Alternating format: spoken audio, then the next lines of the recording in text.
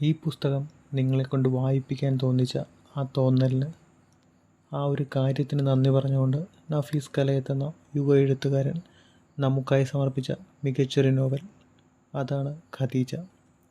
പകരം വെക്കാനാവാത്ത മനുഷ്യരുണ്ടാവും ജീവിതത്തിൽ. ആരുടെയെങ്കിലും ജീവിതത്തിൽ നമ്മളും പകരം വെക്കാനാവാത്ത മനുഷ്യനാവുക എന്നത് മാത്രമേ ആ മനുഷ്യനോട് നമ്മൾ ചെയ്യേണ്ടതുള്ളൂ.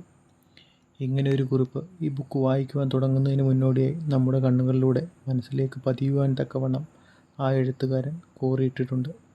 ഇൻസ്റ്റഗ്രാമിലോ ഫേസ്ബുക്കിലോ അല്ലെങ്കിൽ വാട്സപ്പ് സ്റ്റാറ്റസിലോ ഈ ഒരു ബുക്കിൻ്റെ ഒരു ഫോട്ടോ എടുത്ത് അതിനായി ചേർക്കുവാനുള്ള അടിക്കുറിപ്പാക്കാമെന്ന് വിചാരിച്ച് ഈ ബുക്ക് വായിക്കുന്ന ഓരോ വ്യക്തിയും പിന്നീടുള്ള പേജുകൾ മറിക്കുമ്പോൾ എന്താണ് നഫീസ് കലയത്ത് എന്ന എഴുത്തുകാരൻ മുന്നേ പറഞ്ഞ കുറിപ്പിലൂടെ ഉദ്ദേശിച്ചത് എന്ന് നമുക്ക് മനസ്സിലായി തുടങ്ങും. അങ്ങനെ ഓരോ പേജും മറിഞ്ഞ് മറിഞ്ഞ് അവസാനമെത്തുമ്പോൾ നമ്മളും അതേ വാചകത്തിലെ മനുഷ്യനായി മാറും, അല്ലെങ്കിൽ അങ്ങനെ ഒന്ന് ജീവിക്കുവാൻ കൊതിക്കും.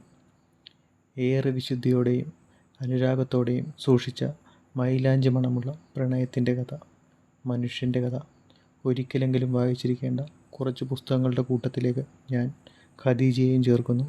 നിങ്ങളും ഒരിക്കലെങ്കിലും ഖദീജയെയും അവളുടെ പ്രണയത്തെയും ജീവിതത്തെയും പിന്നെ ഏറ്റവും പ്രിയപ്പെട്ട അബൂക്കയെയും വായിക്കുക, അറിയുക. നന്ദി.